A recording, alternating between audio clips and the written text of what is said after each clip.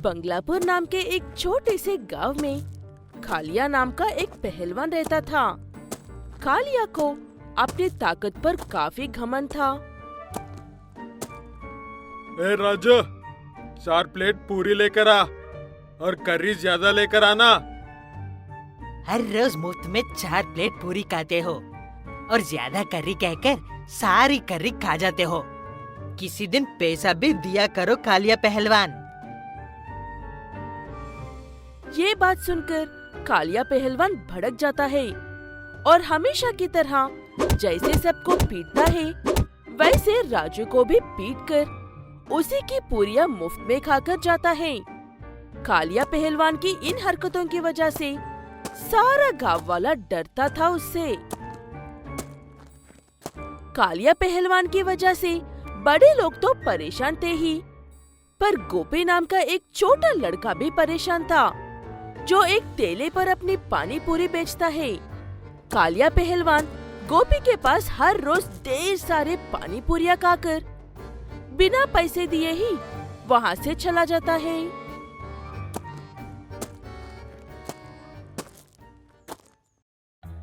अभी अभी राजू को अच्छे तरह से पीट कर आ रहा हूँ। तेरा भी पैसे मांगने का कोई इरादा है तो बता दे। मैं तो बस पानी पूरी का सामान खरीदने के लिए जा रहा था पहलवान जी। ठेला हमेशा की तरह शाम को ही लगाऊंगा। ये कहते हुए गोपी वहाँ से चला तो है, लेकिन उसे अंदर से ये बात सता रही थी कि पहलवान ने ऐसे मुफ्त में पानी पूरी खाने गोपी का ढेर सारा नुकसान हो रहा था। अब तो उनके पास पानी पूरी बनाने के पैसे भी मुश्किल से इकट्ठे हो रहे थे। इसी बात से परेशान होकर नदी के किनारे अकेले बैठे हुए गोपी के पास अचानक से एक अच्छी जादूगरनी आ जाती है। घबराओ मत गोपी, मैं एक अच्छी जादूगरनी हूँ और तुम्हें इस परेशानी से आजाद करने के लिए आई हूँ। मुझे कुछ समझ में नहीं आया, अब क्या कहना चाह रही हो? इस जादुई पाउडर को अपनी पानी पूरी में मिलाकर कालिया पहलवान को चुनौती दो और तुम अपनी तरफ से किसे भी रख लो। कालिया पहलवान ही हारेगा और दोबारा किसी को परेशान नहीं करेगा। ये कहते हुए वो जादूगरनी गायब हो जाती है। गोपी भी उसकी बात अच्छे से समझ जाता है और घर लौटते वक्त अपने एक दोस्त से कालिया पहलवान से पानी पूरी के कंपटीशन करने के लिए तैयार होने को कहता है। ये क्या कह रहे हैं भाई? तुझे मेरी दोस्ती पसंद नहीं है तो बता दे, क्यों मौत के मुंह में धकेल रहा है?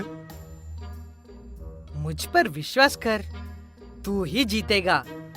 उसके बाद हम सबका कालिया पहलवान से पीछा छूटेगा और तुम गांव के हीरो बन जाओगे।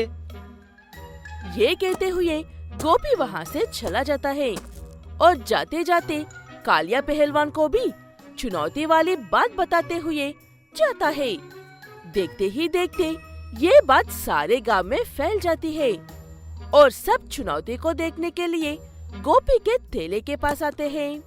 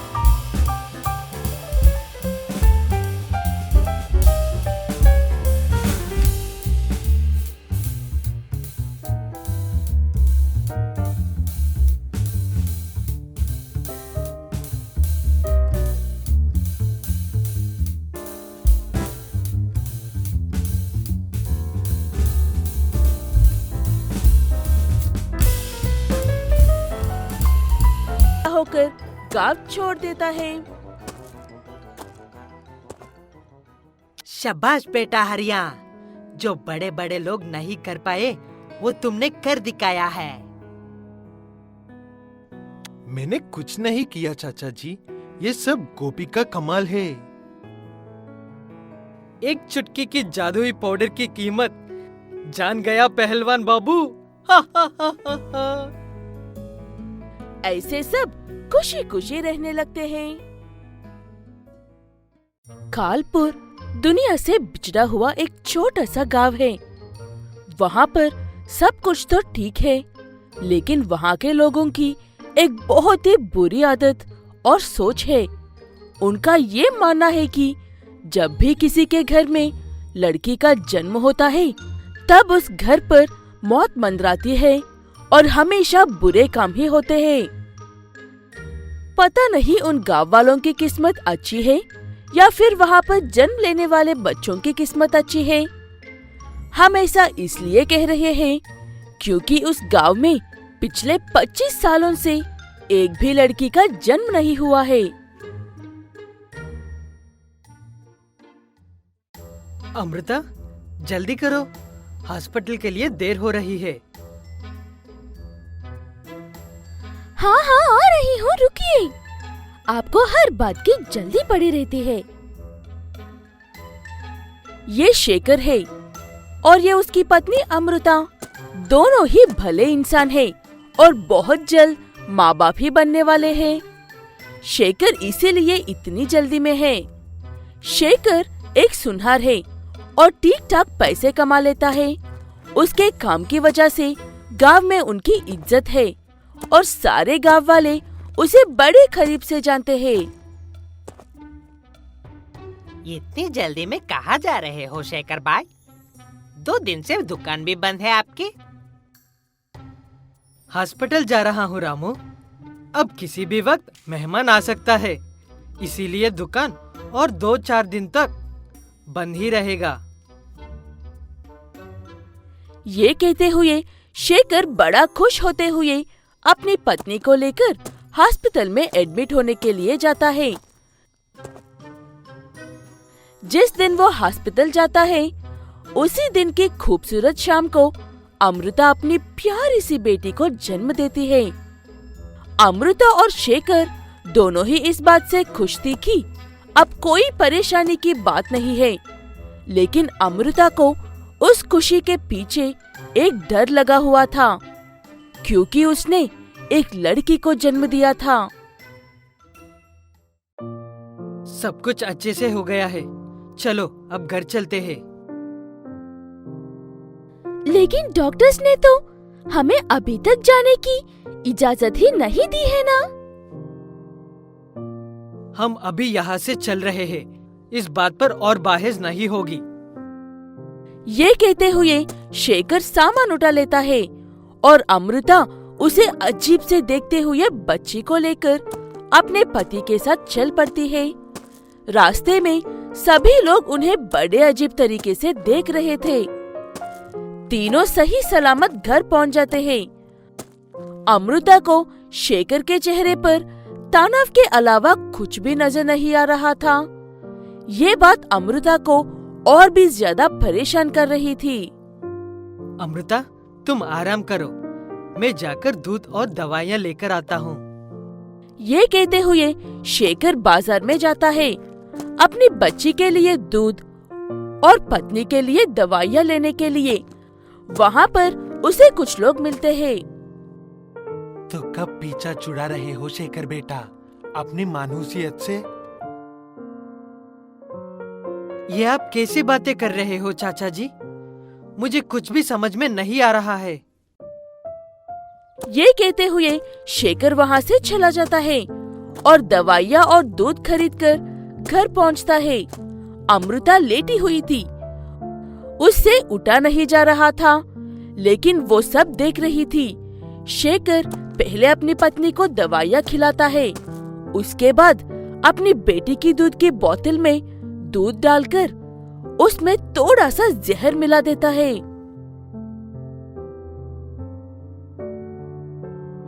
ये आप क्या कर रहे हो? छोड़ दो मेरी बच्ची को, मैं उसे लेकर तुमसे दूर चली जाऊंगी, उसे वो दूध मत दो। ये कहकर रोते हुए बड़े गुस्से में नींद से जागती है अमृता। वही पास में खड़ा हुआ शेखर उसे बड़ी अजीब तरीके से देख रहा था।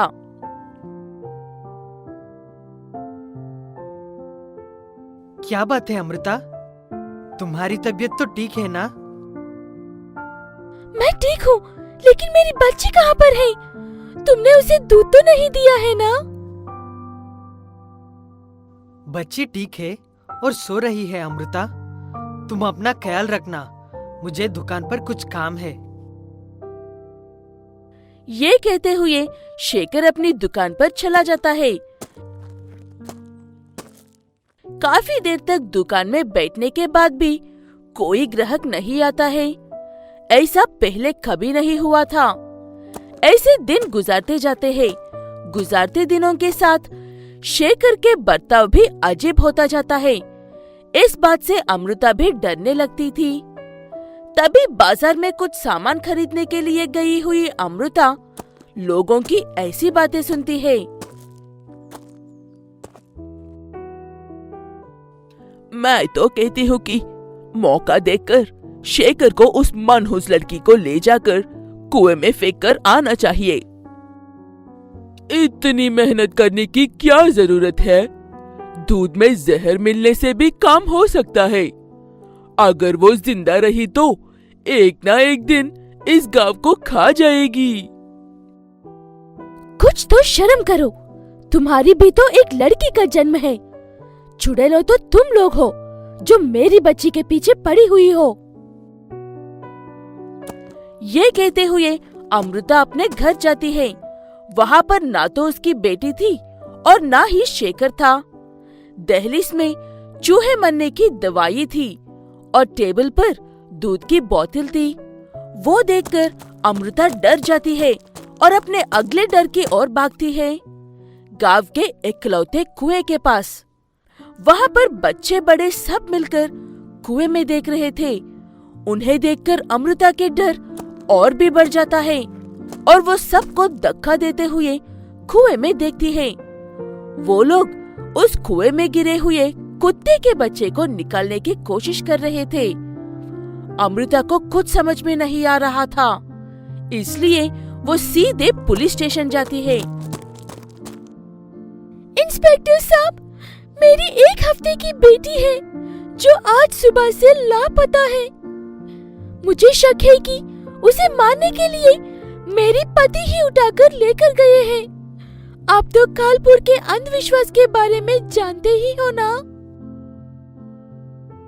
मैं सब जानता हूँ अमृता जी। अगर आपकी बेटी को कुछ होता है तो आपके पति को पकड़कर कड़ी कड़ी से सजा दूंगा। ये कहते हुए इंस्पेक्टर और अमृता मिलकर उन्हें ढूंढने के लिए जाते हैं। तभी उन्हें शेखर अपनी बेटी को लेकर आता हुआ नजर आता है। अमृता उसे देखते ही भागकर जाकर अपनी बेटी को ले लेती है।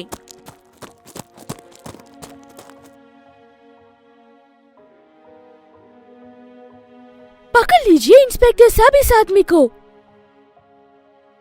ये क्या कह रही हो अमृता तुम? और पुलिस वालों के साथ क्यों आई हो? तुम्हारा दिमाग खराब है? इनका कहना है कि तुम अपनी बेटी की जान लेने वाले थे, इसीलिए मैं इनके साथ हूँ। इतने मिन्नतों के बाद एक औलाद हुई है, तुम ये सोचा भी कैसे कि मैं अपनी बेटी का जान ले सकता हूँ? आप ये सवाल खुद ही से पूछो। जब से बच्चे का जन्म हुआ है तब से तुम्हारा बर्ताव ही बदल गया है। ना आप मुझसे बात करते हो और ना ही आपके चेहरे पर एक हल्की सी मुस्कान आती है। और अब आप बिना बताए मेरी बच्ची को कहाँ पर लेकर गए थे? उसकी बातें सुनकर शेखर हैरान हो जाता है। तुमने सच में आज मेरा दिल दुखाया है अमृता। मैं दुखी और उदास इसलिए था क्योंकि दुकान नहीं चल रही है और मैं लोगों को जवाब दे देकर और उनसे अपनी बेटी के लिए लड़ लड़ कर थक गया हूँ। और मैं अपनी बच्ची को टीका दिलवाने के लिए गया था। डॉक्टर साहब शहर जाने वाले थे और 1 महीने तक नहीं आने वाले हैं। मैं तुम्हारा इंतजार नहीं कर सकता था, इसीलिए अकेला ही जल्दी से चला गया था। वो बात सुनकर अमृता को अपनी मूर्खता और बेवकूफी समझ में आती है और शर्मिंदा होकर अपने पति से रोते हुए माफी मांगती है। इंस्पेक्टर उनकी बातें सुनकर बिना कुछ कहे उनसे दूर अपने स्टेशन चला जाता है। उसके बाद से अमृता फिर कभी भी अपने पति पर शक नहीं करती है और शेखर भी बाहर कितनी भी मुसीबतें क्यों ना हो, घर पहुंचने से पहले अपनी सारी परेशानियां बुला देता है।